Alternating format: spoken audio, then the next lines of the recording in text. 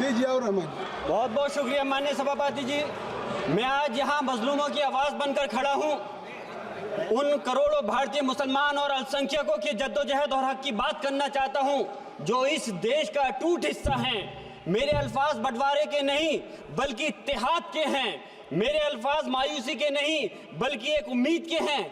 ऐसी उम्मीद जो कि हमारे इस देश को जोड़ना चाहती है। हमारे संविधान को बनाने के लिए हमारे बाबा भीमराव अंबेडकर साहब, मौलाना अबुल कलाम आज़ाद साहब, डॉक्टर जाकिर हुसैन साहब ने मिलकर के इस संविधान को बहुत मेहनत के साथ बनाया था। ये सिर्फ किताब की शक्ल में देने के लिए नहीं है। आज संविधान के उस पर मैं कहना चाहता हूं कि भारत का संविधान इंसाफ, आज़ादी और भाईचारगी की जिंदा गवाही है और ये गारंटी देता है कि नागरिक हर मजहब, जात या नस्ल पर इज्जत के साथ गुजार सकते हैं जिंदगी। लेकिन अफसोस है, एक मुस्लिम रहनुमा की हैसियत से मुझे इस दस्तावेज पर बेपनाह फख्र है जो कि दस्तावेज जो संविधान हमें इजाजत देता है। आर्टिकल 15 के मुताबिक किसी भी नागरिक को मजहब, जात, लिंग, नस्ल या जन्म के स्थान पर भेदभाव नहीं किया जाएगा।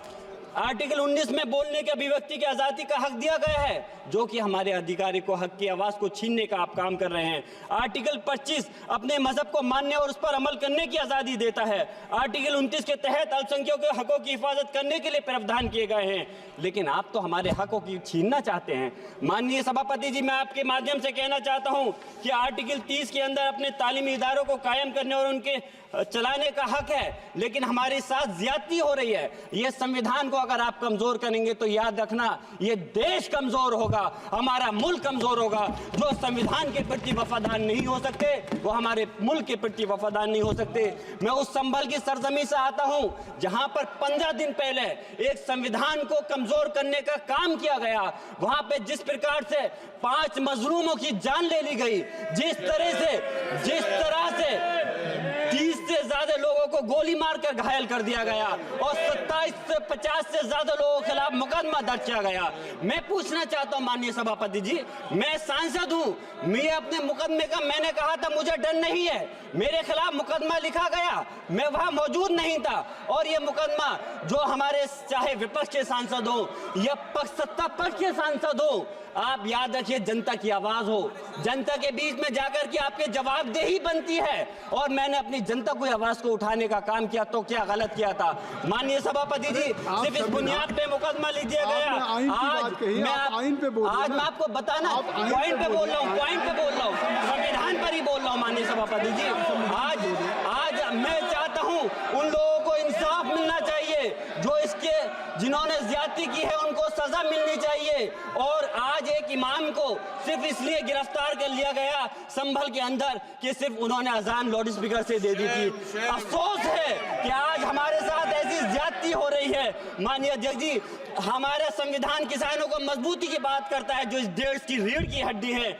130 किसान जो 10 दिन से ज्यादा समय से जेल में बंद हैं, आप किसानों को हक नहीं दे पा रहे तो किसको हक देने का काम करोगे? मैं अफसोस करता हूँ आज पूरे प्रदेश और मुल्क के अंदर जिस तरह से हमारे लोगों की हिफाजत नहीं की जा रही। एक मॉब लिंचिंग सिर्फ धर्म के नाम पर, अगर कोई मुस्लिम है, ओबीसी है या पिछड़ा समाज का, एससी समाज का है तो नाम पूछ करके उसकी हत्या कर दी जाती है।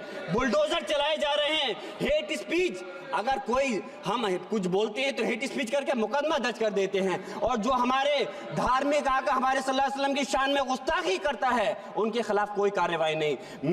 मेरे पास समय कम है इसलिए तेजी के साथ में मुझे बोलना पड़ रहा है। माननीय सभापति महोदय जी, ये सवाल बंटवारे का नहीं बल्कि हम वतनों के लिए जिनका जमीर मर गया है उनके जमीर को जिंदा करने के लिए है। हम चाहते हैं इस देश की आजादी, हमारी देश की सभापति जी, बस मैं अपनी बात खत्म कर रहा हूं, 1 मिनट। हमारी देश की आजादी के लिए मैं ये कोई बंटवारे की बात नहीं कर रहा, लेकिन हमारे मुस्लिम और हिंदू समाज सब लोगों ने मिलकर के इस देश को आजाद कराने का काम किया था। आज उनके साथ ज्यादती क्यों की जा रही है? हम लोग अपने इस मुल्क के अंदर मजबूरी से नहीं रुके बल्कि हम जो है अपनी मर्जी से रुके थे। हमारी मुल्क को आजाद कराने में हजारों लाखों मुसलमानों ने शहीद हुए थे। माननीय सभापति जी, कंक्लूड कर रहा हूँ सिर्फ राजकुमार से